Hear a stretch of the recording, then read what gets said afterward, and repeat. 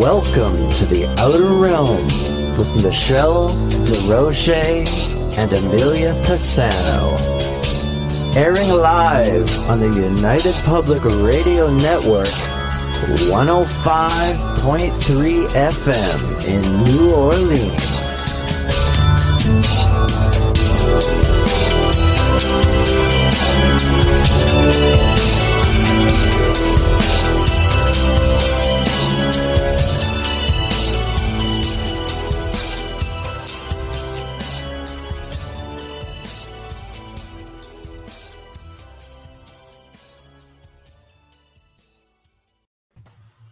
Good evening, everyone. Welcome to the Thursday night segment of The Outer Realm, broadcasting live here via International Public Radio and the United Public Radio Network, 105.3 FM from the beautiful city of New Orleans. The Outer Realm is fully sponsored by the amazing folks over at Folgers Coffee, Folgers, who have been with us on this journey from the very beginning. So we thank you, Folgers. We love you a whole lot. What is that? That's Joe. Who's still on, amazingly enough. Awesome. Anyway. That's what happens when you have a producer. Just saying. I know. It's like, what? Also, a huge thank you to Dr. Snick, the sonic surgeon, a.k.a. Justin Snicker, who is an award-winning composer of Halloween, horror, and sci-fi, and darkware electronic music, which is available on Bandcamp, Spotify, iTunes, Amazon, and most streaming platforms. We thank him for his generous contribution of his voice and his music for our intro and our outro. Tonight, we welcome John Russell to the show for the very first time, and he's going to be discussing doppelgangers and the paranormal and all kinds of different experiences. They're really interesting, just reading the bio and the information he sent us. So I think we're going to have a whole lot of fun. But in order for everybody to participate in tonight's fun, you are going to have to go over to one of our 8 platforms. I highly recommend UFO Paranormal Radio on YouTube, and tag Amelia if there's a question if we don't catch it. International Public Radio, UFO Paranormal Network, and United Public Radio on Facebook, Canada's Most Haunted / Michelle Desrochers Facebook. Of course, The Outer Realm on Facebook, Joe Montaldo UFO Undercover, News on the Flip Side. And if you're on Twitch, go over to UFO Paranormal Radio. I think I have everything. We will see all of your comments. We just may not be able to comment right away, but we will do our very best. After all, the show is about our amazing guest. And John Russell has been an internationally known professional psychic for almost half a century. You don't look it, but I sure believe you have the experience. Thank you so John much. Michelle, Amelia, it's so great to be here. I really appreciate you guys having me. And it has been half a century. It doesn't feel like it, but it has been. But it sure feels like it to the old body, let me tell you. Oh, well, thank you for joining us. Amelia is just familiarizing our listeners with you, and she's going to read off your bio. Just gonna finish off the last one because John works with clients all around the world and just recently has filmed a TV pilot for the History Channel. So welcome. It's so good to see you. How are you? I'm doing good. How are y'all this evening? Good. We're good. We can't complain. Good. It's Thursday. It's one day away from the weekend. Yeah, there you go. But we still work tomorrow night, Michelle, just saying. At least I have Saturday off. Yes. Yes. So thank you so much for joining us. My pleasure. What I like to do is start off the show, especially since it is your first time with us, and I'm sure it won't be the last, is just to familiarize, we'd like to our listeners to find out a little bit about you and what brought you to this journey into the paranormal. Was it childhood experiences? Was it just a fancy for the ghosts and goblins? No, it was actually a childhood experience. I was kind of chosen. Yeah. And this happened when I was about 5 years old. Wow. I was sound asleep in bed at night, and my parents had a nightlight on in the hallway outside my bedroom in case I had to get up during the night or whatever. So I'm sound asleep in bed, and I wake up literally instantly wide awake in the middle of the night. And I thought, well, this is really strange. And the first thought that came to my head was maybe I heard a noise and that woke me here. So I kind of listened a little bit and didn't hear anything. Everything was quiet. So I raised up on my elbows in bed and looked around my room. And as I looked out, my bedroom door was open. As I looked down the hallway and the nightlights glow, there was this elderly black gentleman peering at me from around one of the doorways in the hall.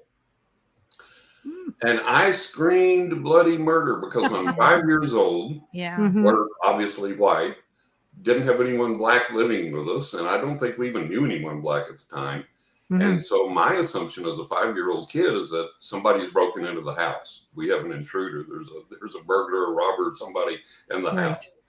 So when I screamed, he walked around the doorway into the hall and started walking toward my bedroom and locked eyes with me and never looked away. And he was not misty. He was not translucent. He was not transparent. He was every bit as solid as you or I. Wow. And I can tell you what he had on. He had, and how he looked. He had close cropped white hair. He had a white mustache. So that was how I knew he was elderly. And he had on a red flannel shirt, khaki pants, black shoes, black belt. And like I say, every single bit as solid as you or I. And the closer he got to me, the louder I screamed. Aww. And as my parents began to come running, he began to disappear then. He began to get translucent. And almost like the Cheshire cat, he began to vanish from his feet up until his head was left, and that vanished.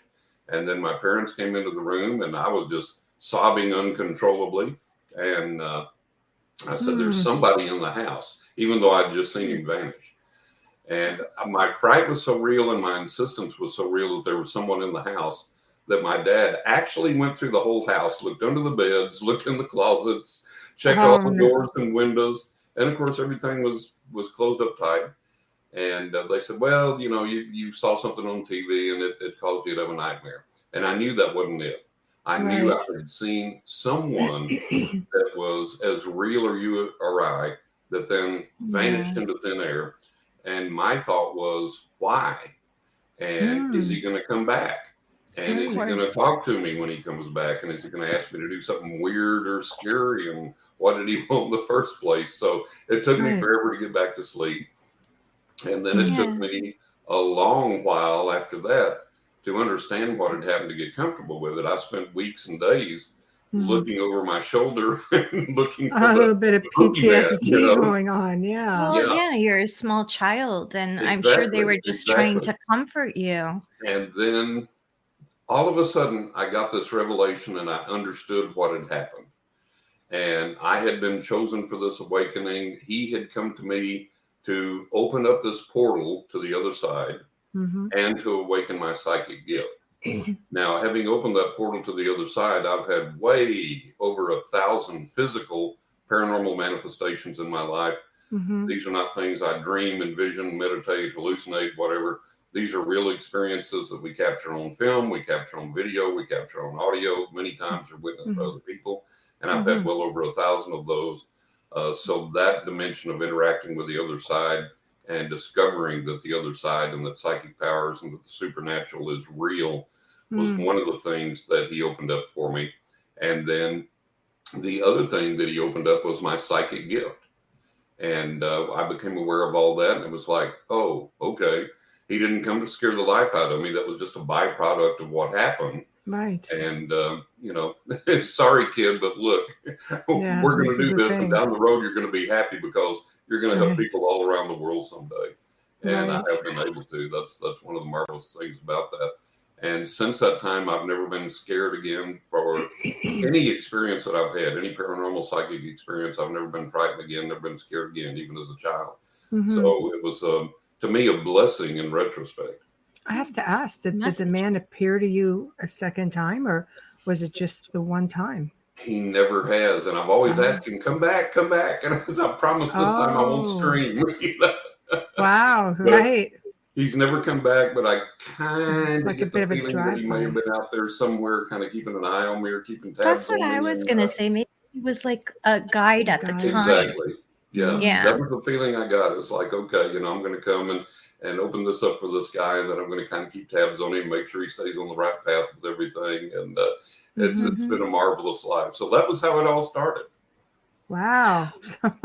So you're coming into adulthood, you're having all of these experiences.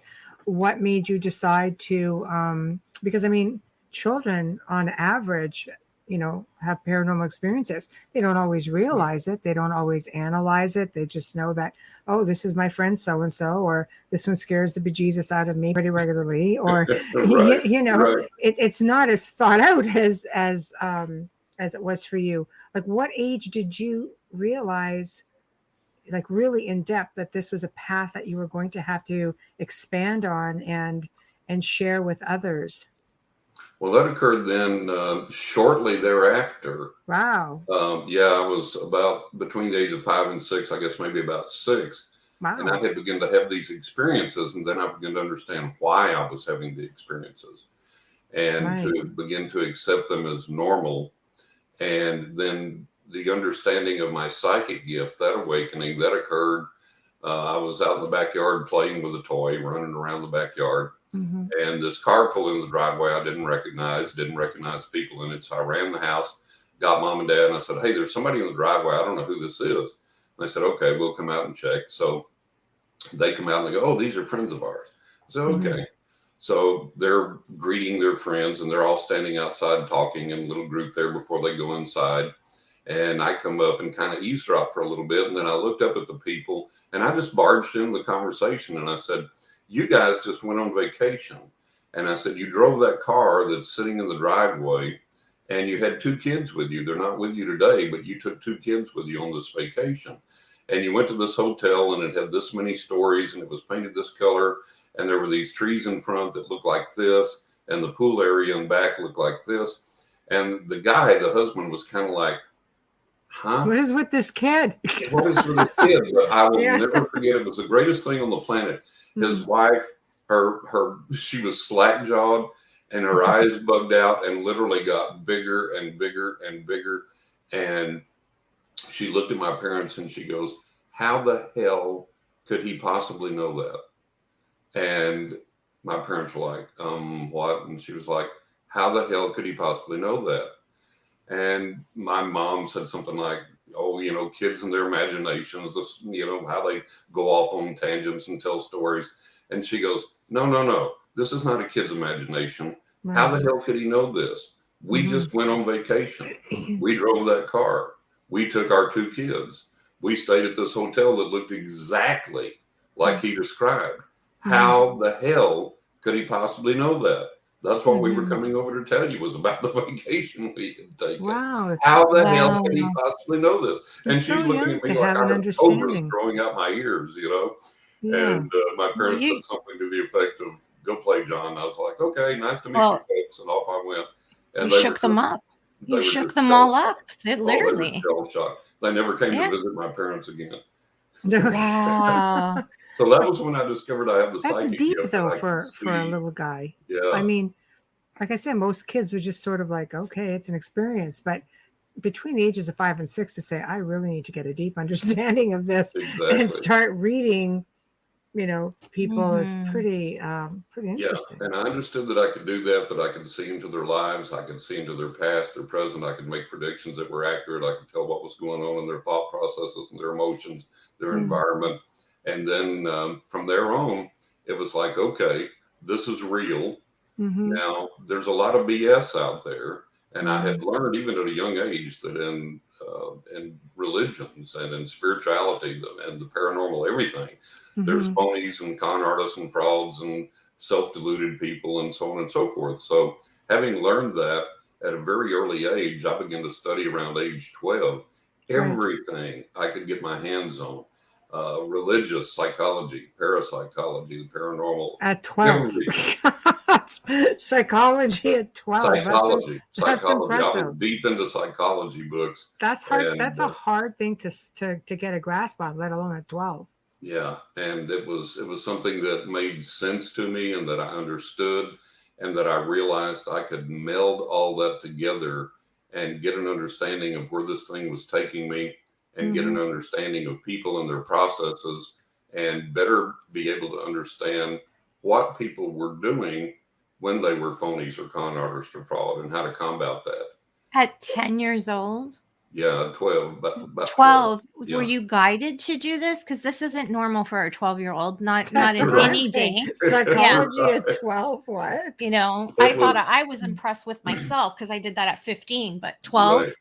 Yeah, Seriously? I think I was semi-guided into it, but it was a passion of mine because I had seen, with this gift came this really keen insight into human nature and to what people were doing and what they were actually meaning or doing when they said one thing and then they did another. And I could see these things, and it was this huge curiosity to me. It was like, okay, the truth is out there, and I've got to find the truth. I'm going to find the truth. I'm going to find out who's lying, who's not, what works, what doesn't. And so that became my burning passion, and the other side aided me in that and guided me to these experiences. And there were things that occurred in my life, and they have for most of my life, but especially early on, I would be thrust into these situations where it was like I was almost invisible to the people that were there, and they would act out their true selves and act out what they were really up to and what their real motivations were. And I would see that and I would go, aha. So then I knew how to spot it from then on. And I knew how to spot when people were being disingenuous, or I learned how to call out the frauds and the phonies and all that type of thing. So it became a continuing thing with me. And it was like, okay, let's pursue the truth. And in pursuing the truth, let's continue this and see how good we can get with it, how good I can get with it, how far I can develop this. And you never master anything. Nobody ever masters anything. That's just not possible. But I wanted to get as good as I possibly could. And so now I'm 67, been reading professionally for 50 years, and I still study. I still learn. I still call on my guys and say, hey, let's make this even better. Let's help even more people. Let's get even more accurate. Let's get even a greater understanding of what's happening in the spiritual realm. And at our very best, we know so little. I mean, we really, really know so little. We think we know so much, but we really know so little. And even after all these years and all the experiences I've had, it's like, man, I hadn't even scratched the surface, you know. So true. It's a never-ending quest. With all of your years of experience as a reader, as an experiencer, as, you know, a witness to all of this beauty that we have, because it is a beautiful gift in so many ways. Yeah. What do you notice is the biggest change from then and now? In myself or in the field in general? Yeah. Both. Start with whatever one you want. Yeah. Well, in myself, I think the biggest change has been that, you know, when I began reading professionally at age 18, I actually started reading about the age of 14, 15, somewhere around in there, and then turned professional at age 18. And with youth comes all this naivete and this ignorance, and you're going to live forever. You're 10 feet tall. You're bulletproof. And I think I was a little cavalier with my gift because that kind of goes with my personality. And I think with age, then I begin to get the maturity and begin to understand, oh, wow, you know, this is making a big crucial difference in my life and in the lives of others. And you have to respect it and understand it in a different way than when you're young and your hair is on fire and all of this type of thing. So I think that was the biggest change for me, was a little more, I guess, toning things down a little bit, because I've always had a big personality. I've always liked to joke and goof around and make people laugh and all that type of thing. And some of that carried over into my psychic work when I was young. And I used to delight in doing things like, I would see people at a bar and didn't know them from Adam, but I would get something psychic about them, and I'd go up and say, hey, how you doing, man? Oh, okay. You know, if somebody's been drinking, they may not know that they don't know you, right? And I said, how's the sale of the ranch coming? And they'd look at me and they'd go, how do you know about that? And I was like, oh, well, you know, we met at so-and-so and we talked about it, right? Are you still planning on selling the ranch? Well, I don't know. I said, well, if you are, now's a really good time. I said, during the next couple of months, you really want to get this thing done. So I used to just have a blast doing things like that to people. You know? Wow. And then the older I got, it was like, not so much, you know. A little more subtle. You kind of tone down a little bit, and you kind of take things a little more That's seriously. true. I used to have a lot of fun with people, and I and think now you as still far as can. the field itself goes, Mm. it's always been rife with phonies and frauds and self-deluded people. But I think nowadays, even more so, because everybody's a psychic, everybody's a medium, everybody's of this or that or the other. And people will get a box of tarot cards, and they'll read the little pamphlet, they'll read a book on, and now I'm a tarot reader. You just read my mind, literally. Yeah. Those per He's like, I know, it's what I do. You just literally read my mind. I was thinking it as you said it. It is a big issue in the field. It's It an is. industry, though. It's Industry a is business. It's But becoming an tarot industry. cards, tarot and- oracles, it's an industry, right? Yeah, and that's it why is. they tell you And anyone can do this. yeah, and not anyone can, Mhm. because look, we all have a degree of psychic ability, but what people have to understand to relate that and to extrapolate that, we can all play the piano. Now, after 2 years of lessons, I might play chopsticks, and that's it. And some 5-year-old kid somewhere might listen to Beethoven on the radio and sit down and play it on the piano. I'm never going to reach that level, no matter what I do. Mhm. Okay. So everyone has psychic abilities, but not everyone is going to reach the same level as someone like myself that has done this professionally for all these years and has all this feedback about the accuracy and so on and so forth, and the phenomenal amount of experiences I've had. So not everybody's going to get there. Not everybody that calls themselves a psychic is. Not everybody that calls themselves a reader is. It's like it became popular and everybody wanted to jump on the bandwagon.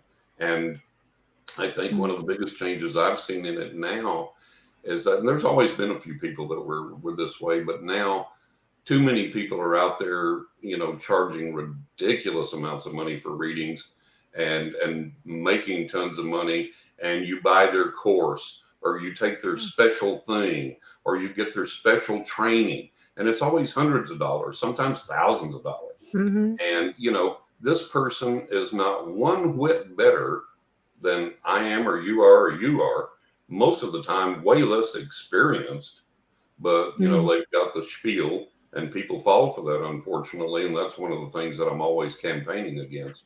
And it's like when one of the biggest changes I can think of, like when Sylvia Brown was alive, she charged $850, and I got some of her clients called me, and one of them was talking to me, and all of them told me that they didn't know who she was reading for, but it wasn't them. Ah, wow. And so I would question them. I said, well, how's my reading been for you? And said, oh, you blew my hair back. It's fantastic. It's really great. So this one person I was talking to, I said, for $850 an hour, you ought to get the lottery numbers and, favor or something. And she goes, oh, honey, it's not $850 an hour. I said, well, yeah, I looked on her website. And she goes, no, honey, it's not $850 an hour. It's $850 a reading. The reading may last 10, 15 minutes. And it's just one reading. And since she passed, they've reduced it to 600. Woohoo! I know. Wow. And and a lot of times you're not getting her. You're getting people that, when she was alive, you were getting people that work for her. But she's just an example of what's happening out there with a lot of celebrity psychics. She's not the only one that's doing that. We're not attacking her. She's That's cheap all compared I'm to saying. some of them. Yeah. Or was, shall I say? Yeah. Yeah. And then like John Edward, and my wife and I have seen John Edward in person, and I believe he has a legitimate gift. Yeah, I've seen him. He made the statement one time that he would never charge more than what he would be willing to pay for a reading. And then after Sylvia Brown died, boom, he jacked his up to $850. He talks too fast for me, John. He talks too fast for me, and I feel like it's just right by you, and you can't grasp everything. So you're just like, I don't know. I don't know how I feel about him. I think all of the celebrity psychics are gifted. They all are gifted. They do get a lot on. To a degree, but I think they lose themselves somewhere they along lose the road. Themselves. I think they buy into their own hype, and I think they lose the reason that we're here. And, a lot of times in my career, I have refused to read for people because I told them, hey, look, you don't need it. You need this one thing. And then I've refunded people's money that have paid for readings. and called them up and said, listen, I just refunded your money. This is what you need. You need this one thing in your life right now. Go do that. And then down the road, you can get back with me or whatever. So that's my, my wife kicks me in the shins and goes, you'll never be rich. I was like, well, but I go to bed and I have a good conscience. No, and but you're the guys on the humble other side that provide all this stuff to me, they're not going to do anything bad to me. No, I always say the you're best humble. are the most humble. No ego. No. Yeah. Those are the no best place for readers. ego in this field. Yeah. There isn't. And I think that's the problem. Ego steps in, and then everything goes to hell in a handbag. I've seen some amazingly gifted people just completely get lost. Yeah, go off the rails entirely. Yeah. Whether it's mediumship, whether it's film, the industry, the paranormal itself. Let's face it. There's a TV show for everything, and unfortunately, I've had people come up to me because I've filmed for years and say, trying to say, oh, yeah, I film. I'm going to teach you the ropes. I'm like, oh, okay. I'd like that. Sure.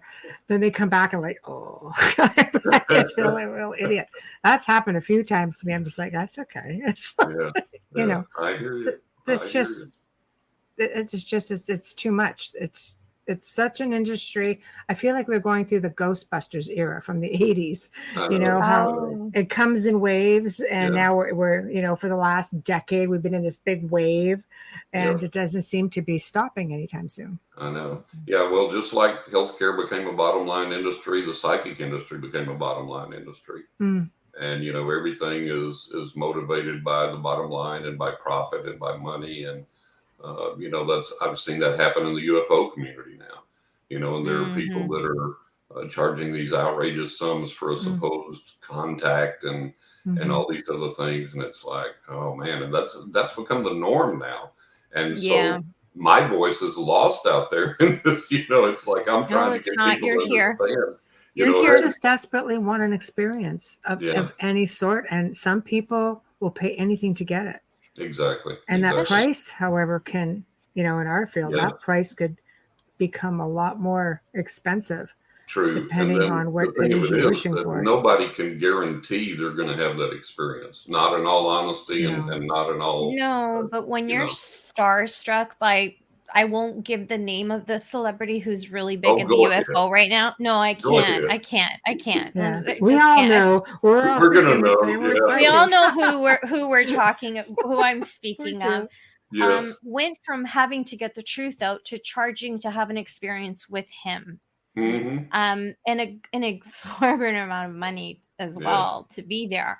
And I believe that when you really want it that bad, even if it's not happening, it'll happen to you in your own mind. You'll look at the smallest thing and say, yes. There it is. It's a power of manifestation. Whether it is or not. And this individual in the beginning used to guarantee contact. Back when my wife and I were living in New York, when he very first started, he would guarantee that. And then I watched over the years the papers you had to sign, the contract that you had to sign to participate, become more and more exclusionary. Really? And less defined, more and more expensive. And it's like, okay. Is it like a non-disclosure? Yeah, almost. Yeah. Wow. Oh, wow. That speaks volumes, just saying. That speaks that's really sad because he came from such a good place. And his last documentary, I just went, oh my Lord. How the mighty have fallen. Yeah. He has changed so much. It's so sad. I hope he finds himself again because he was doing the right thing. I think a lot of it, I think money gets you. I think money gets its hooks in you. Fame, and when it does, power, exposure. It's all evil. It's all evil. And when it does, man, it's you're gone. You're down the tubes, and it's and that's one good thing about being a biker. It's like I have kind of a natural built-in resistance to the BS. Because it's like I've been this biker since I was 15 years old. I've been in the biker culture forever and a day. And I mean, serious biker on my current bike. I've got almost 114,000 miles on it. Bikers are my favorite people. I grew up with them at my house every Sunday. So they're my favorite people because my brother rode. We're just down to earth. We're honest. We're resistant to a lot of the BS. And it's, we don't fall for it. So I think that's been a saving grace in my life. That's kind of like I would say like an oxymoron sort of thing. Like it's the flip side, because you're Yeah. this spiritual, enlightened individual. Not that bikers nard, but they have this gruff image of, like I said, Right. don't put up with any BS, and Right. and That's and it. and here you are. Yeah. But they're Just- really they- completely like out there. What Like did your teddy bears. compadres think of all that? Well, it's interesting. Most of my biker buddies accept it, and I think a lot of bikers have a belief in the supernatural and paranormal, psychic Sure, I'm gifts. sure they see a lot out And there on the road. for one thing, there's just more of a natural connection with nature when you're riding than when you're in a car. True. And I think bikers pick up on that, and I think most bikers in general have a good BS meter, and it's just it's a very grounded way to live and a very honest way to live, and it's second time you've done that. Yes. yeah. And people can see through the phonies and the con artists and the stuff. And when you're in the biker culture, most bikers are hardworking people. You value your money. You know what it takes to do something. Most people work on their own bikes. They're pretty close to nature. Barbecues and outings and bonfires and all this type of thing. So it's a very real way of life, and you learn to winnow out the BS really quickly. And I think that's the the defining thing there.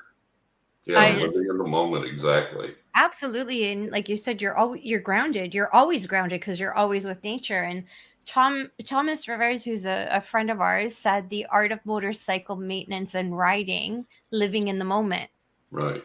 Zen and the art of motorcycle maintenance. Yep. Yeah. But oh my gosh, I love that.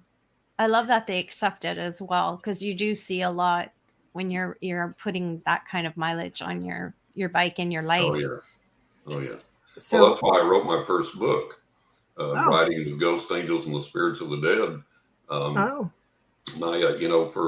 For bikers, they're all familiar with Then Came Bronson, which ran on TV for a couple of years, very short-lived series, but for everybody that saw it, it was one of the most influential things in a biker's life ever. And just the short background of it was Bronson was this guy that was a three-piece suit and tie type guy working in a corporate establishment. And a friend of his committed suicide or died or whatever. And anyways, it affected him so dramatically that he left the corporate world, got this motorcycle back that he had sold the guy, I think. And he packed everything he could on the bike and took off to discover himself and discover America and try and make sense out of everything.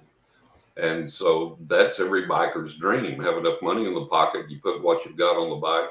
You head out, destination unknown. You just ride when you want to. You stop when you want to.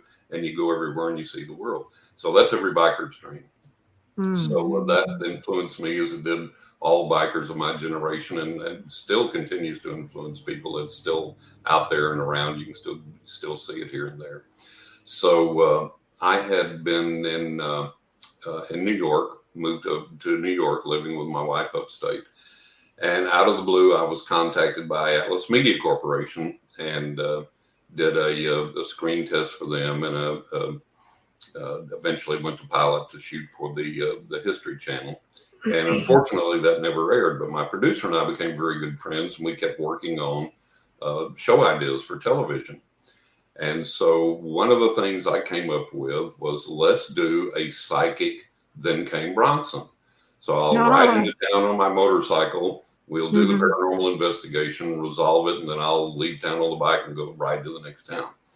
Cool. So we're working on that idea. And he says, why don't you take and write a short blog and just little short snippets of things, of some of the paranormal experiences you've had. And we can use that to refer, TV producers and things to, and get them to look at that. And well, here's some more of what John's experienced. Here's some more of what John's about. And I said, okay. So when I started this blog, all of a sudden I began to have these wild, extravagant, bizarre, over the top, even for me, paranormal experiences and manifestations that were central to riding my motorcycle. And somebody wants to get you moving on it. Yeah. And I was like, wow, this is incredible. So I put a few of those in the blog. And down the road, it was like, these experiences are so over the top. These experiences are so incredible. I have to take them and expand them into the full form of what I actually experienced and what I learned from that. And then I have to make a book out of that. This has to come together as a book. So that's how that book was born. That came out of my motorcycle rides. And there's a few chapters in there. There's some retrospectives that go back a little ways. There's some things where I'm not on the bike, but mostly it's centered around the experiences I had on my motorcycle rides. And it really is crazy. It's really bizarre. It's like, it's nothing. It's unlike anything you've ever read. Right. And to make that statement as an author, I have clients that are authors and agents and editors, and I have friends that are authors and agents and editors. And the first thing that anyone will tell you, there's no unique book. Give me comp titles. In other words, give me titles that are comparative. Give me comp titles. And so I kept telling everybody, I said, there's nothing like this out there. They're really seriously. And so this editor friend of mine read it and said, this is the most unique manuscript I've ever read. There's nothing like this out there. Thank you. That's what I'm saying. Yeah. Right. So that was a really neat thing. And I'm able to tell people, look, you're going to read this. It's not like, I don't care how many paranormal books you've read, how many books about the supernatural, how many books about psychics. You've not read anything like this. Right. And so that was the legacy I wanted to leave. And then I had kind of been puttering around with the idea of talking about how I grew up and those experiences and so on and so forth. And that finally came together as the book, A Knock in the Attic, which was released this year in February. And that goes back to that experience with the old black ghost awakening me, coming up through my childhood, my young adulthood, into my adulthood, and talks about shooting the history channel TV pilot, meeting Uri Geller in person, and doing all these wonderful things. So it's a pretty marvelous book in itself. And now I'm working on a third one. I've got a third one going. Good for you. Exciting. Are you going to give us a little bit about it? Do what now? You're going to let us know a little bit. Tell us a little. Oh, yeah. The third book, it's going to be 20 ways to increase your psychic abilities. Oh, 20 ways. Wow. Yeah. Each chapter, there'll be 20 chapters, and each chapter will cover one thing. Like, for example, the first chapter is on psychometry. So it takes you and leads you through the hand. You don't have to know anything at all about anything. It defines psychometry, tells you what it is in practical terms. Then it tells you how to begin to learn it, how to practice it, and then the real world application of it. Because all of these things, if you learn psychometry and you go to a party and you say, let me see your ring, and somebody gives you the ring and you go, you bought this at Macy's at Christmas time. Oh, wow. And all of a sudden you're the life of the party. Yeah, but parlor trick, right? You haven't done anything. Right. So all of these things have a real world application. Once you learn it and get it to that point, then you can take this out into the real world and do things with it for yourself and for other people that help you, benefit you, and benefit others. So each chapter will define a specific technique, tell you what it is, tell you how to learn it, how to practice it, how to get good at it, and then the real world application of it. And it literally walks you through it step by step, holds your hand, takes you through it step by step. So it's going to be a lot of fun. I'm about halfway through with that now. And I've done so many podcasts this year. I've done over 70 podcasts this year. Wow. And I've got my full-time clientele. I'm taking on new clients all the time as well. And then trying to write this third book. So I've kind of slowed down on the book a little bit, but now I'm hoping maybe around March next year it'll be out. So you should do some of the paranormal conferences. Do you do any of those? I don't. I used to when I was younger, but now I haven't. And right now I just haven't had time to do anything at all except, do a podcast, go get on the phone with my clients and try and get back to my book. And it's like, we had my high school reunion this month. I couldn't go. I couldn't get away. Like this month alone, I'm doing 15 podcasts. Right. You should make it a point, and I'm being told to tell you, you should make it a point of doing at least one when the book comes out nearby. Oh yeah. Nearby. I believe it. Yeah. Yeah. I'm going to try and do that. Yeah, I'm going to try. There's definitely a reason for it. Yeah, that makes sense. I love psychometry. I think that people who are tactile, that need to touch and feel everything that they see, are usually really good at that. So that's something to keep in mind if you're listening and you're that person that has to touch everything when you're walking around a store. You should get that book. I'm like that with you're buildings. Probably really good at that. Old buildings. I have to touch them and feel I have to touch everything. People need to walk away from me when they see me because I have to touch everything. It's terrible. I used to get scolded for it all the time as a child. Do you have to touch everything in the store? Do you have to? I'm like, well, yeah, I don't know why, but I can't help it. I can't help it. Yeah, absolutely. I understand that. Yeah. And I even like to touch people. It's like, why? That could land you in jail. I was going to say, I've had a couple of psychics want to do that. Like, the old days, you could get away with that. That's right. You could get away with a lot of stuff back then. That's a whole other show. That's a whole other show. That's a whole other show. I know. That's insane. The touching. I had a medium come to touch me one time. I need to feel your heart chakra. I'm like, what? I look at his wife. She goes, he does it all the time. All right. I was one of those pregnant women that did not like people touching her belly. I felt like I had to protect her energy, and I didn't like anyone near her. Yeah. But right. Yeah. Obviously you've had all kinds of experiences. Do you fall into experiences with really malevolent non-human entities or interdimensional entities? I mean, some people would say demonic, other people would say extraterrestrial, other people would say, oh no, just, I haven't. I've done. Oh, really? I haven't. I've done paranormal investigation since I was 12. Wow. I've been a psychic all these years. I have these deep, intimate connections with spirits on the other side. And I have not experienced the Hollywood version of the demons, the exorcism, anything like that. Wow. I haven't experienced anything that I was frightened of or uneasy over or felt would harm me or anyone around me or anything like that. To the contrary, the majority of my experiences have been very positive. Have been very protective, very helpful. The guides, guardian angels, whatever you want to call them, on the other side, I call them my guys. It's an umbrella term for everybody. My posse, yeah. And they have literally saved my life many times. They've helped me, they've protected me, they've guided me.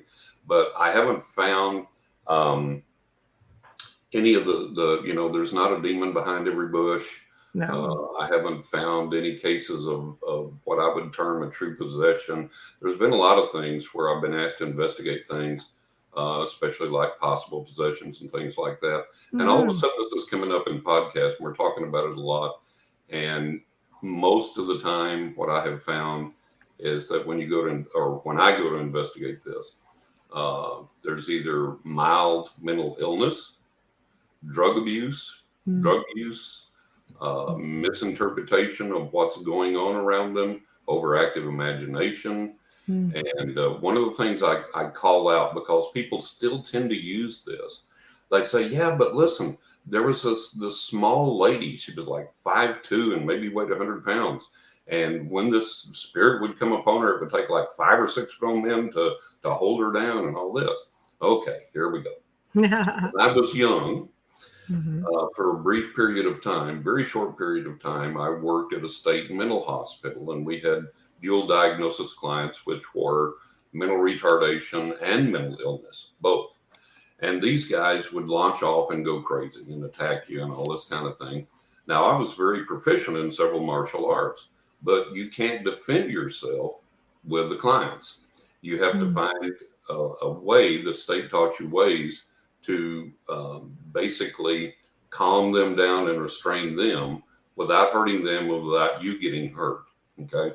So in this orientation, which was 2 weeks long to go to work there, everyone in our class had to become a client. And we had to act out, thrash about as much as we could, resist as much as we could to keep from being taken down, put in one of these restraints. And guess what?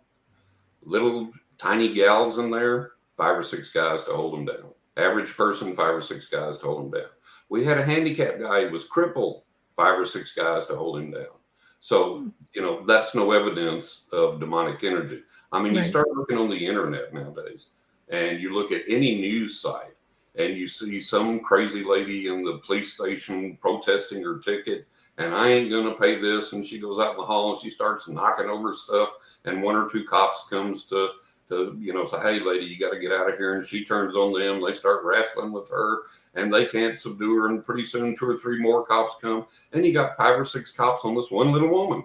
That's not demonic possession. That's just average energy. But people don't understand that. Mm-hmm. So, you try and get that out there and get people to understand, that if it was like a real supernatural, real demonic energy, people couldn't hold them down. It would be. So you have to understand the realities of these things. And like I say, a lot of the things that I've been called in to investigate, drug abuse, drug use, mild mental illness, just overactive imagination. Some people just, misinterpret everything that happens as something supernatural when it's not.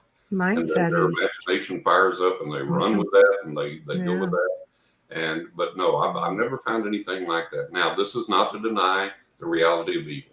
Look around the world, read the newspaper every day. There's evil in the world. People are evil. If you extrapolate that, there certainly has to be in the spiritual realm.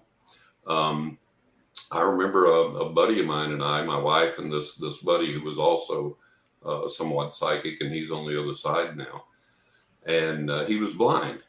And so that was when we lived in New York. My wife had a business in the city and we used to go into the city shopping. And so one day we took him and went in, we had lunch and did some things. And this was shortly after 9/11.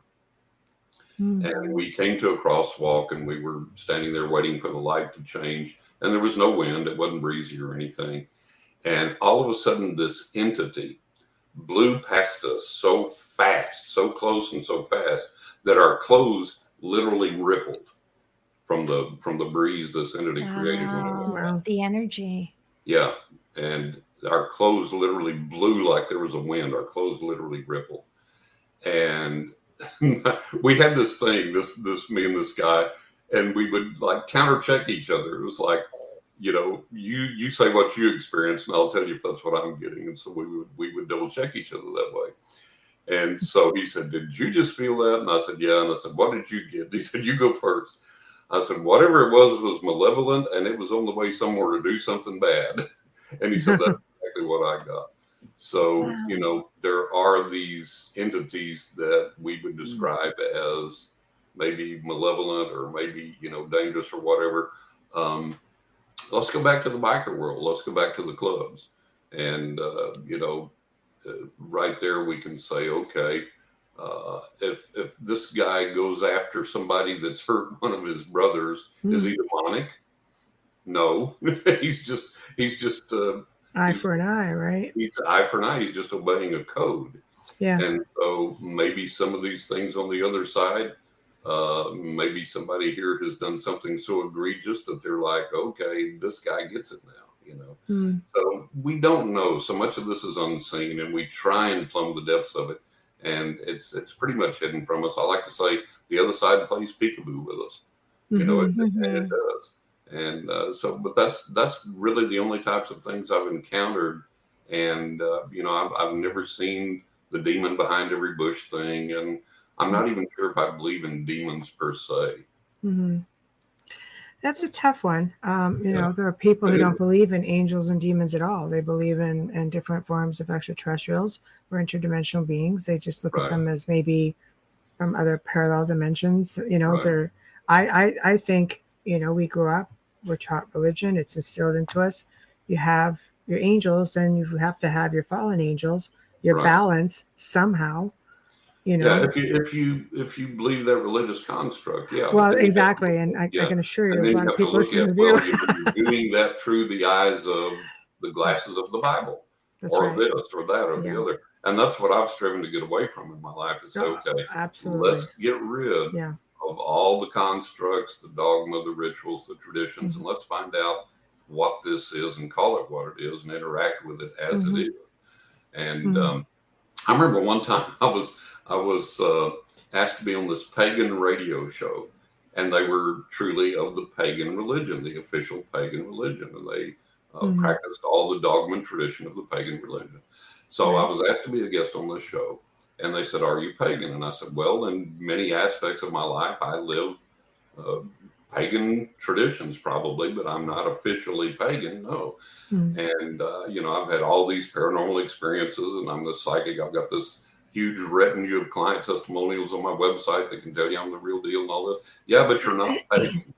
And so they didn't want me on the show because I wasn't literally traditionally pagan. So tell you were honorary pagan. Yeah, there you go. So we have all this nonsense out there that you have to belong to this, or you have to be that, or you have to believe this, and it's like there's labels on everything. Yeah, and it comes from the other side. It comes from our realm as well as the religious realm. There's a prejudice there as well. So that's something I've always striven to get rid of completely in my life and not participate in, and not go into something with any preconceived, it's this or it's that, or I have to view it as this or that or whatever. But what is it? And then let's go from there. It surprised me how much ego is in this field that we're supposed to be so spiritual. It really surprises me. Do you feel that way as well? Oh, absolutely. The fact that people take themselves so seriously and are so convinced that they have found the right way or the path or the thing, or that they know who the UFO people are and what their intents are, or they know exactly what it's like on the other side. It's like, no, you don't. You'll know when you get there. We get little hints and bits and pieces of it now, but we don't know exactly. No, I'm wondering if you feel this way. I feel like when someone's crossed over and I connect with them, that your perspective is of their faith and where they're at, not necessarily yours. And you have to be open to that. Right. What do you think? A lot of the times my experience has been with someone, when they do cross over, they shed those dogmas and tradition and ritual that they had while they were in the flesh. And it's like, oh, okay, this ain't it. This is something else. This is something different. There was a preacher friend I had a long time ago. He's on the other side now. And one of the few religious preachers that I thought ever had any sense and was really a legitimate good man. And he used to stand up before his congregation and say, this was a Christian denomination. And he used to stand up and say, you know what? When we get to the other side, we're all going to be so shocked and so surprised. It's true. It's true. Yes, no one really knows what the other side is. Exactly right. We get these hints from the people that are there, the people that I communicate with from the other side. And there's still this very incomplete knowing, but I've gotten some nuggets along the way. One thing, for example, people say, well, you haven't crossed over. Look, if you died, you crossed over, you're there, and the way that it was shown to me was one of the spirit guides came to me and said, okay, here's your analogy. You're in a car. The car represents your body. You're driving along, the car stalls and quits. You open the door, you get out, you're no longer in your body. You've crossed over, you're there, you're out. Right. And so this is the same way with the other side. If you die, guess what? You've crossed over, you're there. Now, whether you decide to do this, that, or the other, or what you decide to do when you're there is entirely up to you. People say, oh, well, you're earthbound, or you're tied to this, or you're tied to that. No. Well, you have some people who don't even realize that they're dead. Well, I think they do. I've had spirits say, I'll say, you're dead. And they're like, no, you're dead. No, pretty sure it's you. But maybe it is me. I don't know. It's like the people that don't understand that when you go to the other side, maybe you left a daughter behind and you want to hang around that daughter for a while and watch over her and protect her and guide her if you can and try and communicate with her. You're not earthbound. You're just making that decision, making that choice to do that. And the other thing that we don't understand, we have such this narrow viewpoint that we think that the universe is encapsulated within our perception. So that if we see a ghost here, oh, that ghost must be earthbound. Well, that ghost appeared for 15 seconds and then maybe across the world by now doing something else. Dimensional, do you think? Parallel dimensions? Do you think there's different levels that they. Yeah, I think there may be. Yeah. But the point is that it's like, we encapsulate everything through our perception. We look at history, we look at the world as it is right now, and we say, okay, this is the way things are, and we neglect tens of thousands of years of history and of evidence and of this that, and the other. It's like we live this short lifespan, and in our 20, 30 years that we've lived, or 40 or 50, 60, whatever, we've decided this is the way that it is, not realizing that we're going to be out of here in an eye blink, and this thing's going to continue on, and we've glimpsed a little bitty teeny tiny piece of it in the process, and we think that little teeny tiny piece is all of it, that we've understood it all, that we've gained it all, that we have this perspective. We have no perspective. Right. It's like, I absolutely love when scientists, so-called, tell us 10,000 years ago, this is how life was on Earth. Are you kidding me? How do you know? Kidding me? Come on. Come on. I want to know how you know. How ridiculous can you possibly get? How presumptuous can you possibly get? It's like we have no clue. It's like if we do good to remember what we had for breakfast yesterday. Right. Yesterday, I can't remember what I ate this morning. There you go. There you go. And it's like, we have all these things that we state are facts and our absolute truths and this, that, and the other. We have no clue. We have no idea. They have, I remember I saw one of, the dinosaurs died out and then people came. And then I saw a scientific study done one time that said they found human footprints side by side with the dinosaurs' footprints and the fossil record, indicating that we coexisted, and on and on and on. So nobody friggin' knows. Scientists try and put this together the way the rest of us do, and a lot of it's guesswork. I look at Stanton Friedman's book, all the times that science got it wrong, And he was a great man. Yeah. And it's like Skinwalker Ranch. I tweeted Brandon Fugel, and I told him, look, science hasn't caught up with the paranormal, and it's not going to. You got to send in the wizards, if you're going to understand this thing. Right. Science is an adjunct to a psychic or a mediumistic gift. Right. You can take an EMF meter, or you can get EVP, or you can take a REM pod or whatever, and you can have a spirit activate that. And you go, okay, there's a spirit present. Yes. Who is it? Why are they there? What's their intent? What is their message? You're not going to get that from an EMF meter. You're not going to get it from a REM pod. You're not going to get it from a recorder. You're going to get it from a good psychic or a good medium. And sure enough, what happened? The rabbi went in there that studied the Jewish Kabbalah. The Jewish rabbi went in there, and he did the ritual to open the portal, and they caught it on camera. The portal opened, the temperature dropped 20 degrees immediately. They could see this thing on camera where that wasn't before, and this thing was. So there it is. You bring in the mystics, you bring in the psychics, you bring in the shamans, you bring in the mediums, and that's how you have to interact with this. What they're doing scientifically is saying there's something here, but they're not understanding what's there. And to understand what's there, you have to go in, you have to communicate with it, either in a psychic way or a mediumistic way or shamanistically, whatever, and interact with that spirit, with that being, whatever it is, and say, okay, why are you here? What's your message? What are you trying to get across? And that can take a while. It's not always instantaneous. Right. No, I agree with you. Let's branch away a little bit from spirits on average. Have you had encounters? There's a belief that people who are very, very gifted, chances are, have had extraterrestrial experiences, maybe contact, abduction. They've been experiencers of some sort, because apparently certain species are, or should I say races are, that's what they look for. They're attracted to. Have you had experiences yourself? I've seen a lot of UFOs. Okay. Interesting. Yeah, I've seen a lot of UFOs. I don't know whose they are. I don't know what their intent or purpose is.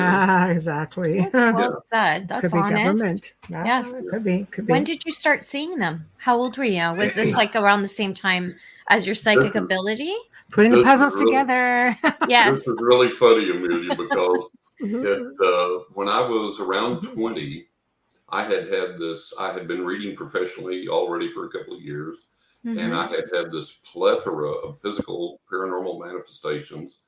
And so I knew beyond a shadow of a doubt all that was absolutely real. And at the time, I had read all the books, the magazines, seen the interviews, and it was like, nope, don't believe in UFOs. Don't believe it. Ain't swallowing it. Can't buy it. Nope. Wow. Nuh-uh. That's a 20-year-old speaking. Yeah. Yeah. And it was like, no, just don't buy it. And in spite of all these paranormal experiences and everything I'd had, I was like, no, this just doesn't ring true with me. So I had been to this particular place, and I didn't own a bike at the time. I had this Oldsmobile Vista Cruiser station wagon. God, I love that behemoth. That was wonderful. My dad had one. Oh my God, that was the greatest car ever, absolutely ever. If I drove it pedal to the metal, I got 11 miles to the gallon. If I nursed it was his I got favorite 11 car. miles to the gallon. Yeah, it was his favorite car. So anyways, I was at this place, and this is in West Texas, and we're in the tip end of Tornado Alley. And I grew up with this hideous, foul, violent weather in Texas. And it is violent. It's hideous. And softball-sized hailstones and damaging winds and tornadoes and lightning and all kinds of nonsense. So I come out of this building, and my car, my Oldsmobile Vista Cruiser, is parked in this parking lot that's across a narrow 2-lane street. And I can see my car as soon as I exit the building. And when I come out, the first thing that hits me in the face is this big blast of wind. And I look up, and it's overcast. I'm like, oh, wow, here we go. Must be in for one of our storms. And I said, better make a run for the car. So I look across at my car, and down in the parking lot, connected to the low clouds up above, is this column of cloud coming down and resting in the parking lot, touching the parking lot right by my car. And as I watch this thing, it's like rotating and undulating, and there's these glowing orbs of color that emerge from the cloud and recede back in, all over, up and down the cloud. And they're fluorescent, green, red, orange, yellow, blue.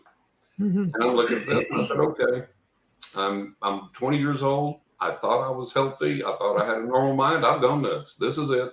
I'm just going to go get in my car. I'm going to go to the hospital. I'm going to check myself. That's him. Yes.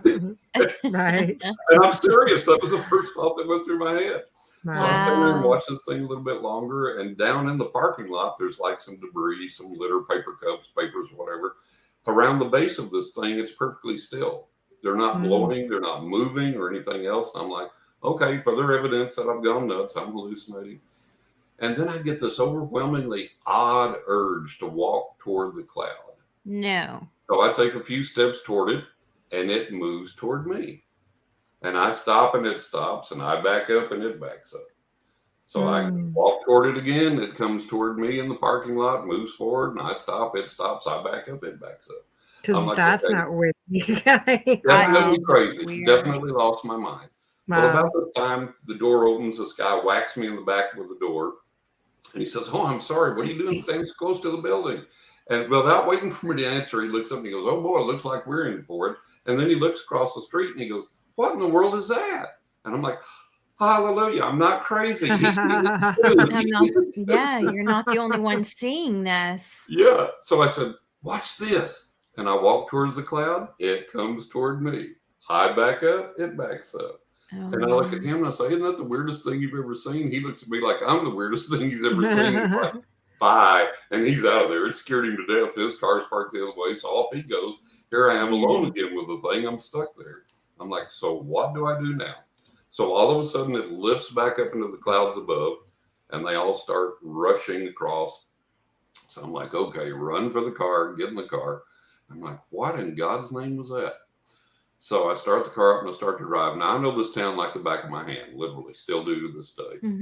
And as I'm driving, it starts to rain. Now this is not an everything's bigger in Texas story. In Texas, in 20 minutes, it can flood your yard, flood underpasses, flood streets. It can rain that hard.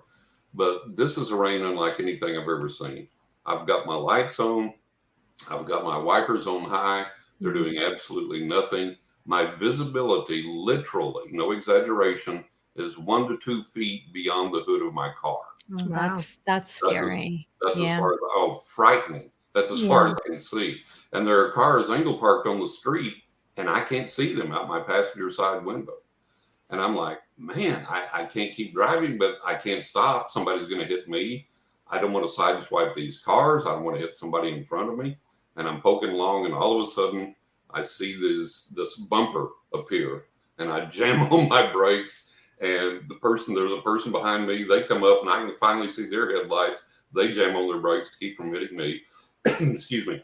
And I see this little tiny red glow of the stoplight up here. And I'm like, oh my God, we're all going to die. And it's like, how can I keep driving this way? You know, I'm going to hit somebody. Somebody's going to hit me. I'm going to sideswipe one of these cars over here. So the light changes, and where the street was, there was a Sears Roebuck store there. And in the back, they had this large parking lot. And I thought, okay, if I can creep along and get into that parking lot, I'll park. I don't care, straight or not, crooked or not, whatever. I'll jump out. I'll be soaked to the bone. I don't care. But I'll go down the basement, look at the sporting goods till the storm passes, and I can drive home when it's safe. So I'm poking along, and I'm trying to keep from hitting the car in front of me, and the car in back of me is trying to keep from hitting me, and I'm leaning over trying to see the angle park cars, and I can't. And as I'm leaned over, I'm grabbed onto the steering wheel, and I'm leaned over in the bench seat. I'm trying to see the cars, angle park cars, out of my passenger window. Now, with the rain coming down that hard, now it's not. It's completely gone. That fast. Finger snap. Completely gone, completely clear. There's not a mist hitting the windshield. That is still cloudy, still low clouds, but perfect visibility's returned. I can see all the way down the street behind me, all the way in front of me, all the way around. Not a mist hitting the windshield. I reach up and turn my wipers off, and I'm like, what in the world? And then the people that have been driving our way in the oncoming lane begin to swerve over into our lane and almost hit cars. And people are honking, and people are yelling and everything. And I'm like, what in God's it? We've all gone nuts. What's happening? What in the world is this? And people are starting to jump out of their cars onto the street and point up. And people are rolling their car windows down and pointing up. Like, okay, what is going on? And so I look where they're pointing, and over the back of the Sears building, about 30 to 50 feet above the Sears building, is this shiny silver metallic disc about 30 to 50 feet in diameter, hovering there over the back of the Sears building. No sound, no smoke, no flame, no nothing. Just sitting there hovering. And I literally did a cartoon eye rub. It's like, no. Wow. I look back up, and it's there. And I'm like, oh my God. So I start to grab my door handle. I'm going to get out and get a better look. And as I do that, why? I was thinking that exactly, Michelle. Like, why? I'd be trying to figure out how to get out of there, not stay there and have a conversation. I got to go see this thing. I got to get closer. I got to beam me up. So as I grab my door handle, the UFO just barely perceptibly moves towards us, just a tiny little bit. And the second that it moves that way, the clouds come from behind and cover it up. And right now, the rain's back in full force like it was before, instantly. And I'm like, holy God. So there's this guy in front of me, and he turns into the Sears parking lot. And I'm like, I don't care if I hit this guy. I don't care if somebody hits me. My insurance will cover it. I'm going to talk to this guy. And we park, and I see his dome light comes on. He's right next to me, and he jumps out, and he starts running for the store. I jump out, and the rain is coming down so hard it literally hurts. And I have to shield my eyes, and I run. I get in the store. So Sears has an airlock in the back, a vestibule, and a set of double doors. You go in, and then there's double doors to go into the store. Well, in this vestibule, they have the mat. You wipe your feet. And then down to the left's the basement to the sporting goods. So I run there and I catch up, and he's just standing on that mat inside the store, dripping water. We both look like we just got out of the shower, and he wore glasses and I didn't. And I remember he hadn't even wiped the water off of his glasses, and he was just standing, staring down like this. And I walked around in front of him. It took him a good little bit to recognize that I was even there. And he looked up, and I said, "Excuse me, but did you see what I just saw?" And he said, "Yeah, but I damn sure ain't going to tell nobody." And he sidestepped me and he walked through the store. I knew that's all I'd get out of him.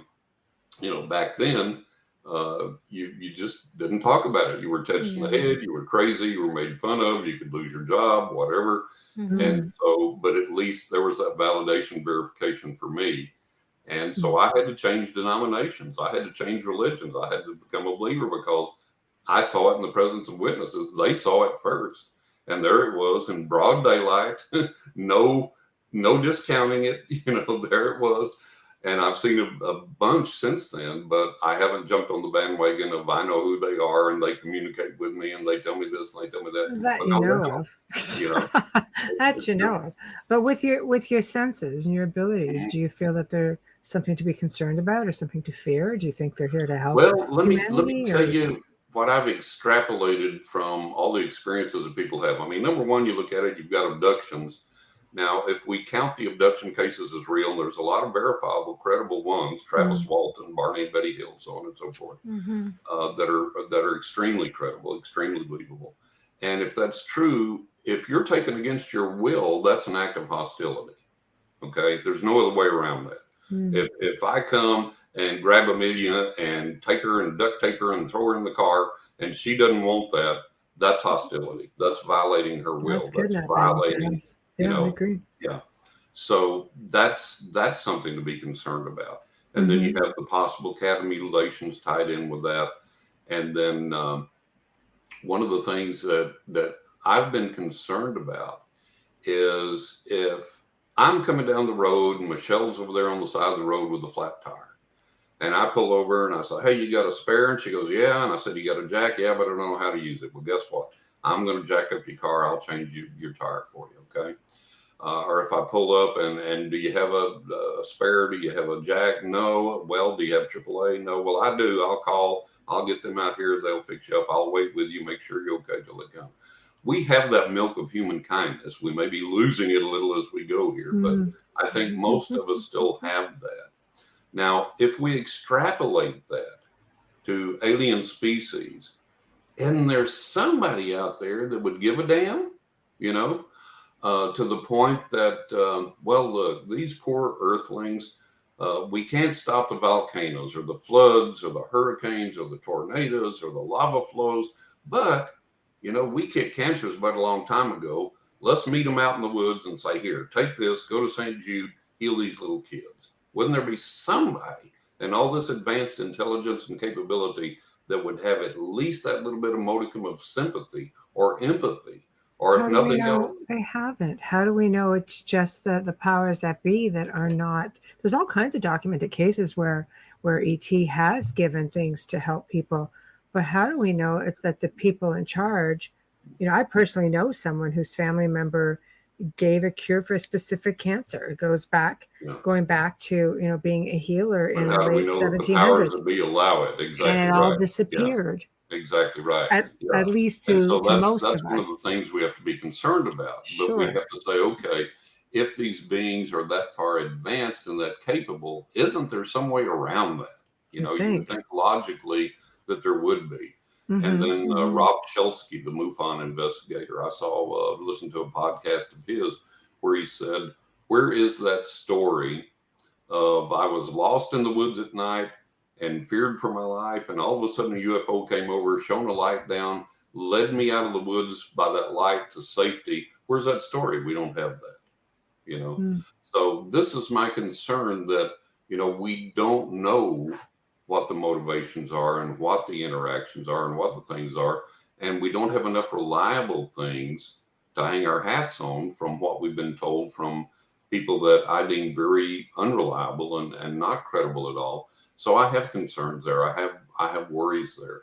And one of the things that I discount is when people say, well, look, these beings have to be so far ahead of us, and we can't understand. Oh, BS. Look, if there's a guy here on Earth that's smart enough to build a car from the ground up, my uncle was one of them. My uncle was a mechanic and a machinist, and he built a car from the ground up from parts. If there's a mechanic that's smart enough to build a car from the ground up from parts, he may not be able to do his own tax return. Okay? So just because he's smart in one area doesn't mean he's smart in another. Just because these guys have figured out a way to zip around the universe without leaving sonic booms doesn't mean that they're smart in other ways, or moral in other ways, or ethical in other ways, or empathetic in other ways.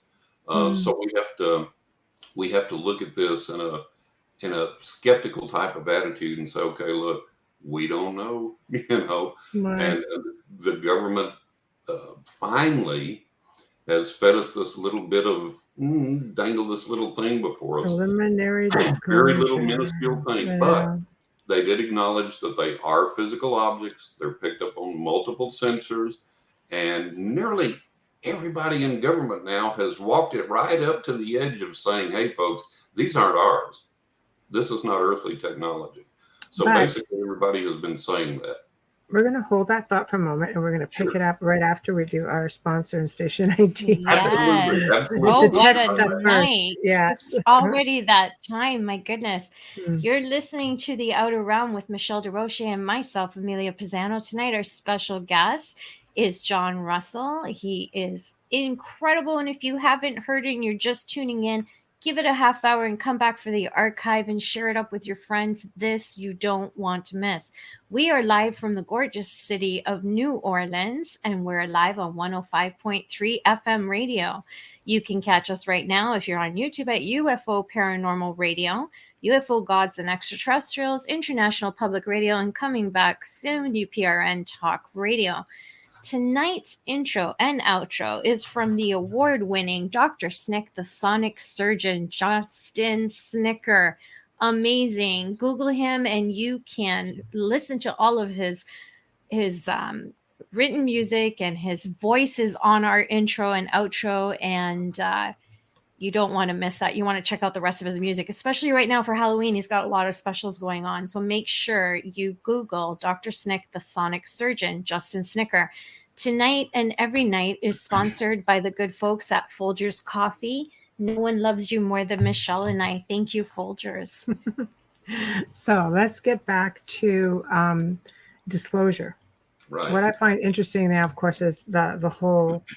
I'm a believer in, you have, government and religious sects who, the control thing, right? Control the masses, keep everybody even keel. Yeah. And when people get to a point where it's like, that doesn't really bother me. Because, let's face it, everyone's got a camera phone now.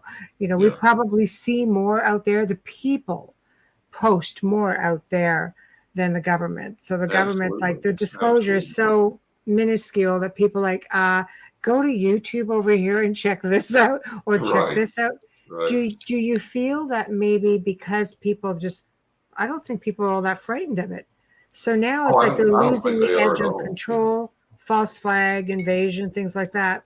That seems to be the norm. These guys are swarming us or following us. They're chasing our planes. Are they though? Well, we don't know. We know what our government tells us, and beyond that, we don't know.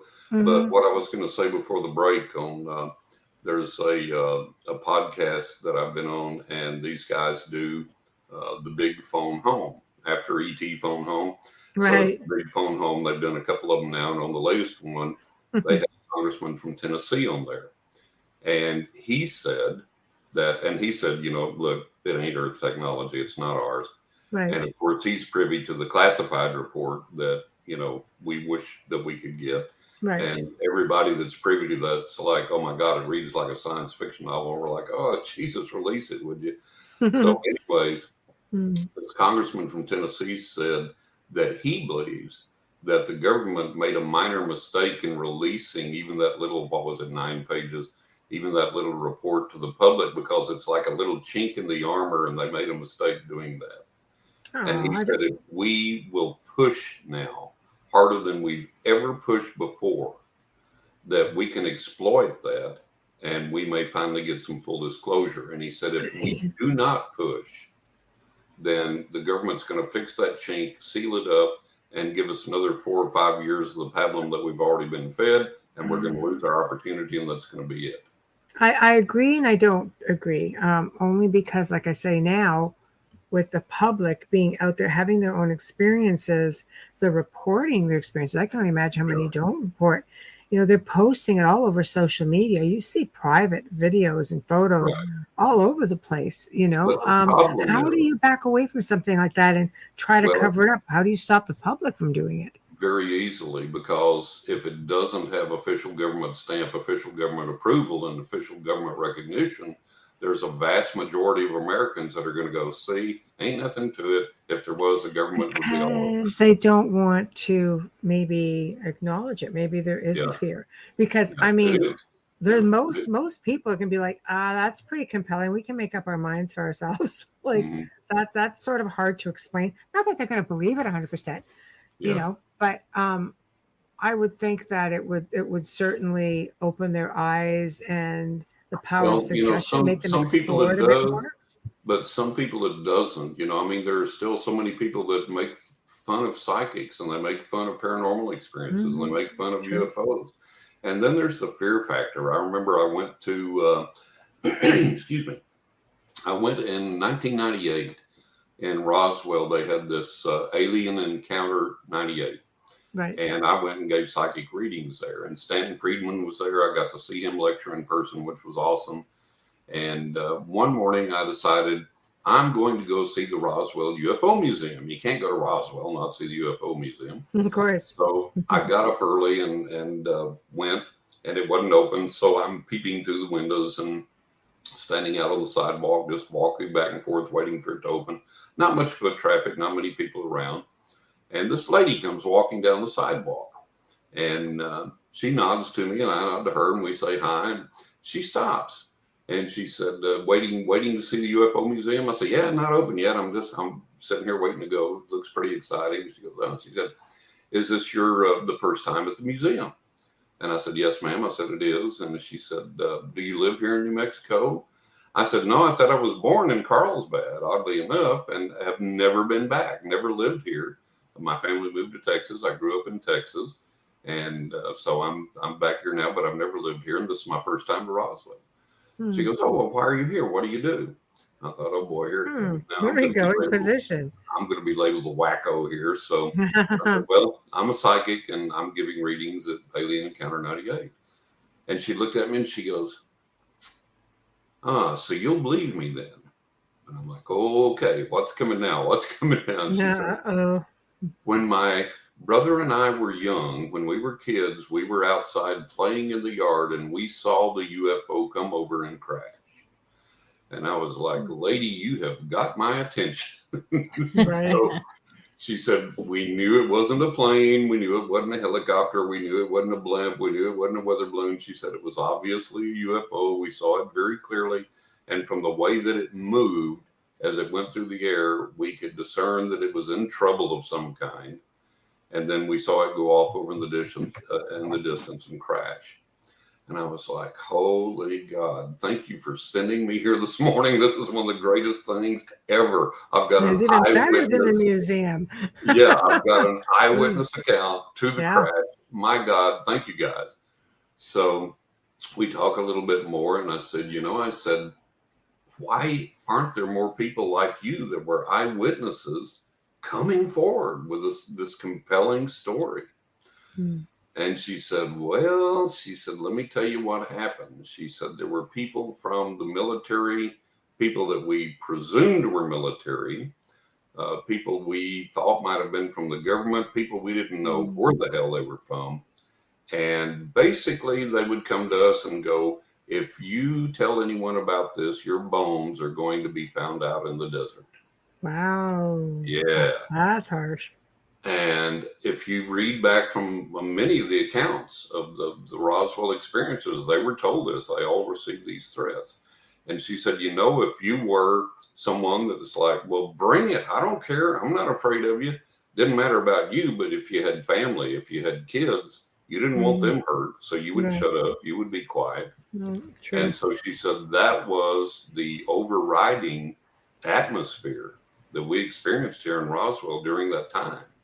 And all of a sudden she stopped and she looked this way like this. And she said, "I've said too much. I have to go. I'm sorry. Bye." And walked off down the street. So all those years later, that fear was still that prevalent. So we have the fear to deal with still with people. We have the the fact that people just they want to poo-poo it or make fun of it or whatever, we have that to deal with. So we have so many things that are still in the way. Healthy curiosity, though. Look at Skinwalker Ranch. People are just so. I've been on podcasts. We've talked about Skinwalker, and in the chat, you see people just going, the latest what one. BS, what stupidity, what nonsense. So, we still have this huge thing to overcome. And then when you get people like Anjali involved in the thing, that's serious research and serious interest back years and years and years and years, because there's always the promise. I've seen these beings in person. I've communicated with them in person. They're ready to communicate. They're ready to be filmed. They're ready to come out. We're taking a TV crew. We're taking celebrities. We're taking a mainstream news crew. In 2 months' time, this is going to be national news. Well, way more than 2 months have passed. Nothing. And this is the type of thing that people look at when they start investigating UFOs and looking at UFOs, and they get filled with this nonsense. They go, well, see, there's nothing to it. It's just a bunch of idiocy. So, that type of thing shoots us in the foot and does us more harm than it ever will any good. And that's one of the major things we have to deal with in investigating this and doing this.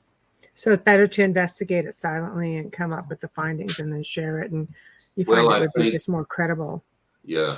I've got a little friend that has to say hi real quick. Oh, ha, ha. So cute. Hi, baby. Oh, we love when the pets join in the interviews. Yeah. Well, we all have dogs. That's why. This is Bugsy. Oh, I love Bugsy. Hi, baby. He's the sweetest little angel on the planet. He's just the absolute best, and just my wonderful little buddy. And so welcome to the other realm, Bugsy. And he loves to appear on podcast. When I'm on podcast, he loves to come and get on camera. That's so funny. I love that. You need to start his own. You need to start an Instagram account for Bugsy, right? Or a YouTube channel or something. Yeah. But I think these types of things, when we have people that make these ridiculous statements and do these types of things, it sets us so far back. And any of the skeptics that are there, they pounce on that and go, see, it's all just stupidity. It's all nonsense. It's all, and so those are still the things that we're dealing with. We've made a little headway, but not near enough. And every time somebody like that comes along, it shoots us in the foot and sets us back. Do you find it's the same with the paranormal field, all these TV shows? Absolutely. Because everybody watches the shows and they believe that's what the psychic realm, the paranormal realm is actually like. And that's what it's about. And then you have to try and correct that and overcome that. And, if somebody can get a New York Times best-selling book, or if somebody can get a TV show or something that people associate with credibility, and then they go spew this nonsense out there, people cotton on to it, people buy it. Yeah. And then you go and you say, no, it's not like that. Then you're the bad guy, because who are you to talk against this guy who has his own show and his own book and his own this and his own that? It's like, so there's a lot of uphill battles that we still fight. I mean, it's got to raise awareness somehow. I think people have to show, I think the people behind the camera have to show, or in front of the camera have to show due diligence in explaining things to people. Yeah. But I'm glad that people, in a way, witness it, but they should do their own research for sure. Exactly. Because it's easy to be, I always call them the couch investigators, Right. And some people have no choice. They really don't have anything within their community that they can go out and explore, so it's all they have. But there's still, the public libraries, or still the internet where you can actually do some proper research and have a look to see what it's really about. Like you managed to do it at a young age, without the internet. No, yeah, exactly. That's a lot of books. That's a lot of books. That's why I mentioned public library. That, and you had to leave by a certain time as well. Like you were limited. It's not like the internet that everybody's searching everything, and everybody believes that everything on the internet is real. That is the same for television. And we discussed this even last night. We said that you have to always remember that these shows are first and foremost entertainment. Bingo. And you have to understand that. And I don't believe that you can sit there and criticize or make fun of something unless you're actually in the field. And I always say, if you want to know what shows are really good and what's got integrity, ask someone who's really good in a good medium or investigator, and they'll tell you the truth. And please don't try that at home. That's just an added. And I've talked to a lot of people that have been producers on these shows or involved in the production of these shows, and I've talked to on-air talent in a lot of these shows, and they say, like, the producers will say, "Hey, right here, can you work up a cry, or can you scream and run out of the room?" You can't even get me started on that. And, but with that said, there's still some really good quality shows out there. And there are repeats of there's a few, and there are repeats of ones that were done in the beginning before this started become a formula. And there's a thing called like creative control too. It is about the fear factor. It is about the ratings. It is, the people in front of the camera don't always have that option. So I would have given my eye teeth if my pilot could have aired, and if we could have gone to series. I had signed a contract to go to series with the History Channel, had a 5-year contract, and no kidding, the pilot that we shot would have been the standard, the bar that every paranormal show had to come up to forever and a day. It was that good. We approached it respectfully because I insisted that we do so, and we got paranormal phenomena on camera. The interviews were dignified and responsible and good. We didn't have any melodrama. We didn't have any nonsense. And it was just a class thing from the get-go. But unfortunately, it never aired. But it would have been a tour de force, I tell you. They have to follow their formulas. And unfortunately, unfortunately, you have to do it, and every show will follow the formula. Sometimes for years at a time. Then all of a sudden, it switches. And it's like, and everybody gets on that. Every show has to have its own gimmick. Yep, exactly right. Right. And it's just like in the publishing industry. I've got these books out, and I've been a writer for a long time, and I've followed the publishing industry for a long time. And in one of the writing magazines, they had several prominent New York agents come together and have a roundtable discussion.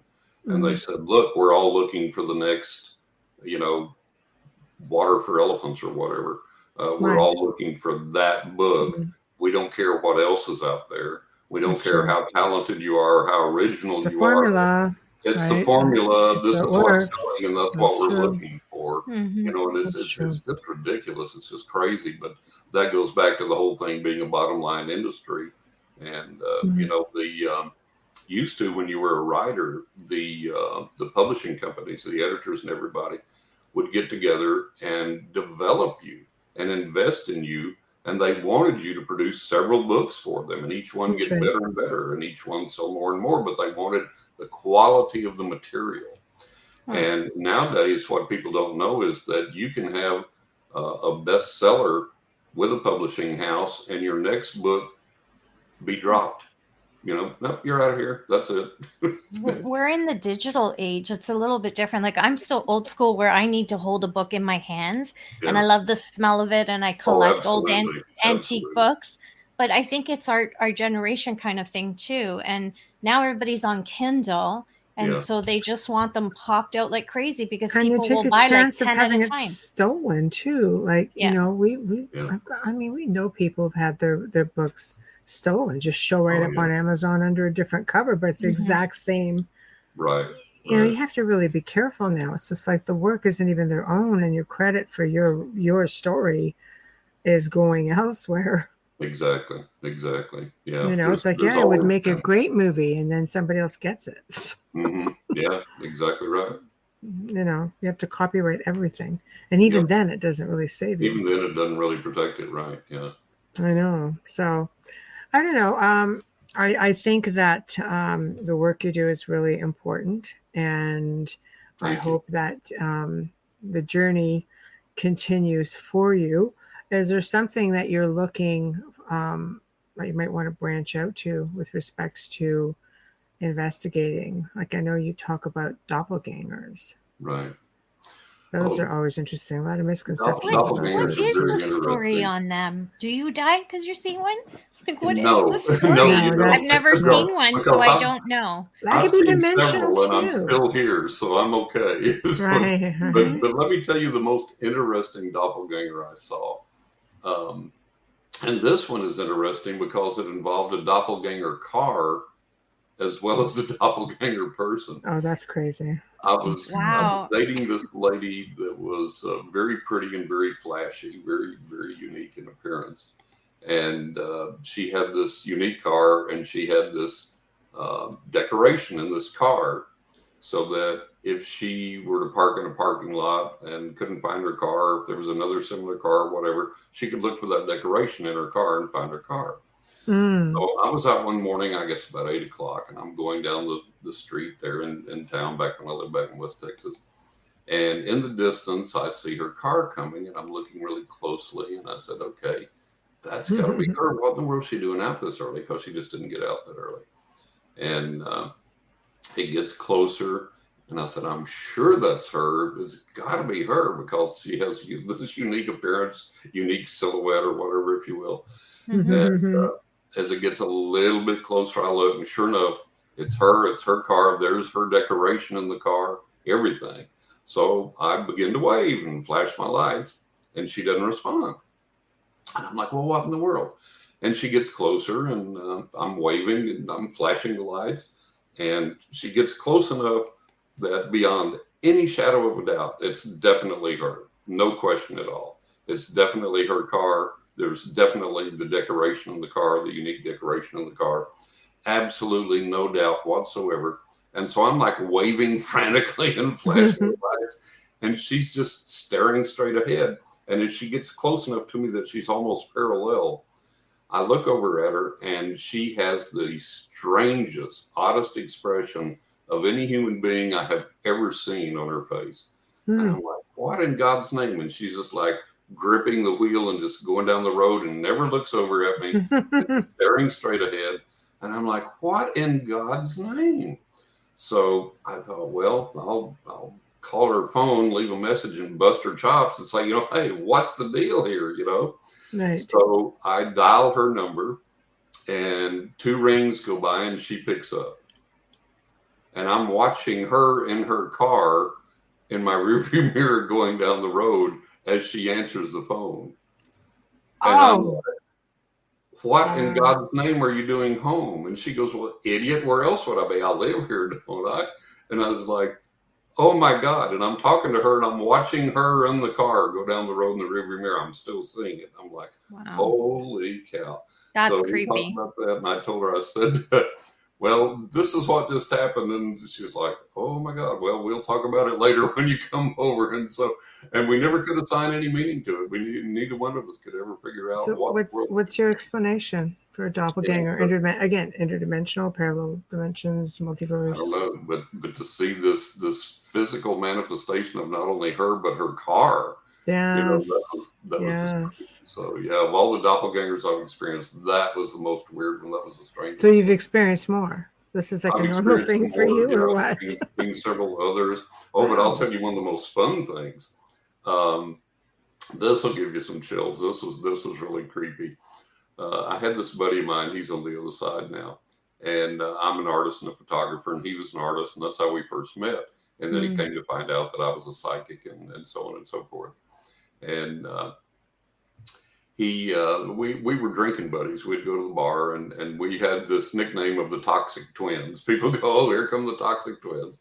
And we'd cut up. I mean, nothing malicious, but, we'd cut up and we'd raise Cain, do all this kind of stuff. And, we'd do stuff like this to each other. One night I was sitting there at the bar, and my lap starts getting really hot. And I'm like, what the heck? And I looked down, and he'd lit a match, tossed it on my lap, set my lap on fire.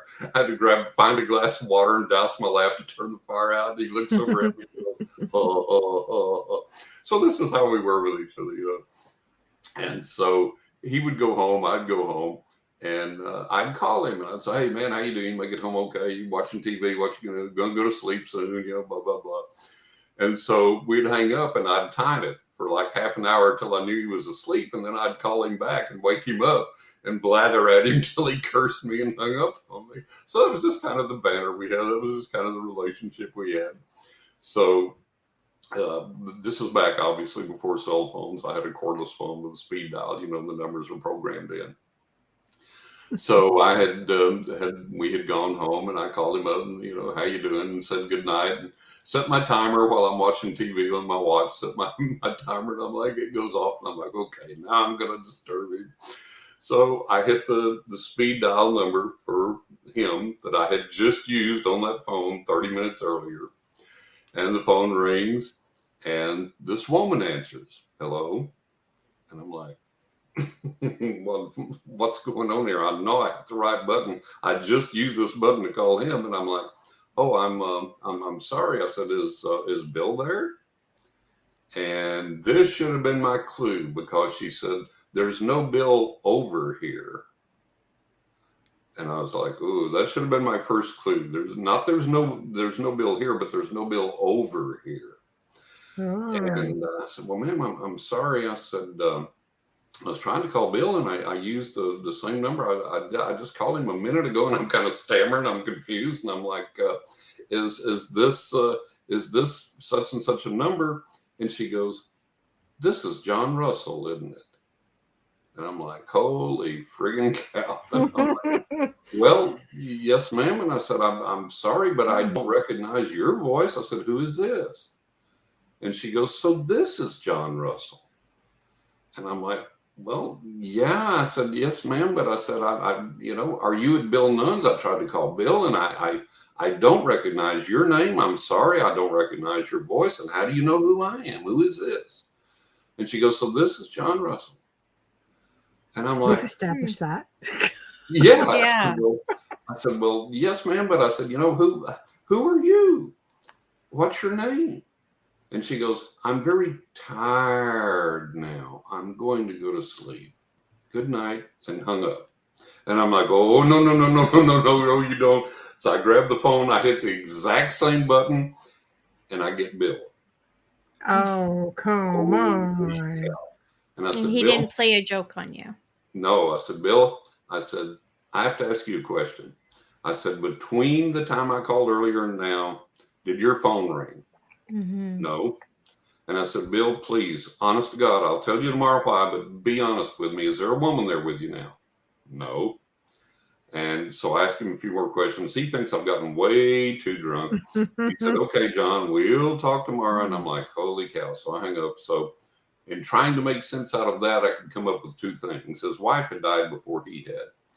And so either maybe his wife on the other side had intercepted the call. Oh, so this is John Russell. That's a huge possibility. They've been known to do that before, to get on telephones. Yeah. There's just this strange woman on the other side that knows me and keeps tabs of me that I don't know, and she somehow managed to intercept the call. That's bizarre. Either way is creepy. Yes. It is. It really is. Because there's nothing weirder than a spirit or entity calling you by name. It just feels so personal. And John Russell, my full name is you're John Russell. This is John Russell. I was like, oh my God. So that was one of the more bizarre experiences I had. That was pretty cool.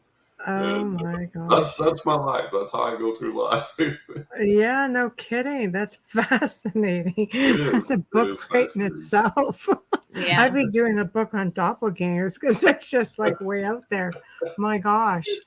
Wow, I can't believe, that we're already at the top of the second hour. This is the part of the show where you promote yourself, tell people what you have coming up, tell people how to find you, whether it's for readings or stories or show ideas, or maybe they want you on their show, or promote. Whatever, okay. Well, if you would like a reading, I'm always taking new clients, and you can go to johnrussell.net. And all the information is there. I've got over 80 client testimonials, and I've got my credentials, my qualifications, everything there, how to get a reading, and so on and so forth. So johnrussell.net. If you're interested in the books, they're available at all major booksellers online. Barnes & Noble, Amazon, Books A Million, a lot of mom and pop stores online. Target and Walmart carry them online. For more information, if you want to find out more before you buy, you can go to writingwithghost.net. or aknockintheattic.net. And there's information there as well as links there to buy at the major sellers and so on and so forth. Like I say, I've done over 70 podcasts this year by the time I wind up. On my website, johnrussell.net, there's a media appearances page. You can click on that, and it's got all my past media experiences, my current media appearances and interviews, and the ones with links you can click, you can listen to or watch on YouTube if that's available, and so on and so forth. So tons of stuff. And Wow. always look forward to hearing from people. Absolutely. Well, thank you so much for joining us. It was just so much fun. It was so informative. I can't believe how fast it went, though. I know, way too fast. It was a good time. I appreciate y'all inviting me. It's been a pleasure meeting you both.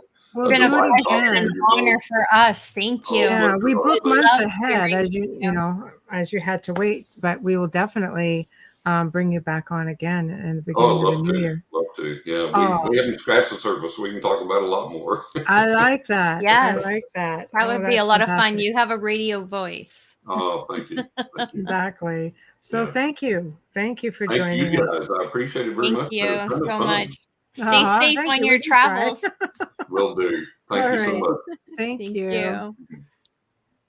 Well, we've come to the end of another fantastic segment here on the Outer Realm. I cannot believe how fast it went. My gosh. Thank you all for tuning in this evening. Thanks to everyone in chat. You just lit up the chat room. That was fantastic. Thank you. Big thank you to our special guest, John Russell, our producer, Joe Montaldo. And of course, the biggest thank yous go to Folgers Coffee, who do sponsor us. And of course, Dr. Snick, aka Justin Snicker, for providing us again with his music and his voice for the outro and the intro here in the Outer Realm. Please remember to stop by International Public Radio, UFO Paranormal Radio, and subscribe on YouTube. While you're at it, feel free to stop by the Outer Realm on Facebook and show us a little bit of love. Want to contact us for any reason, preferably better reasons, or you want to be a guest or see a guest, catch us on the Outer Realm Contact at gmail.com. Again, the Outer Realm Contact at gmail.com. Next week, we'll bring 2 more guests on, one being Wednesday, one of our frequent flyers, Jason Hewlett, and he will be joined by Peter Dunn, and they will be discussing their new book, I Want to Believe. So we know that Jason's always a boatload of fun. I have no doubt it's going to be a great show.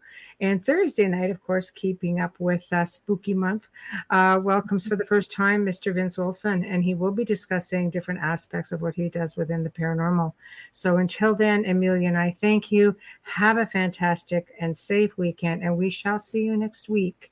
Thank you.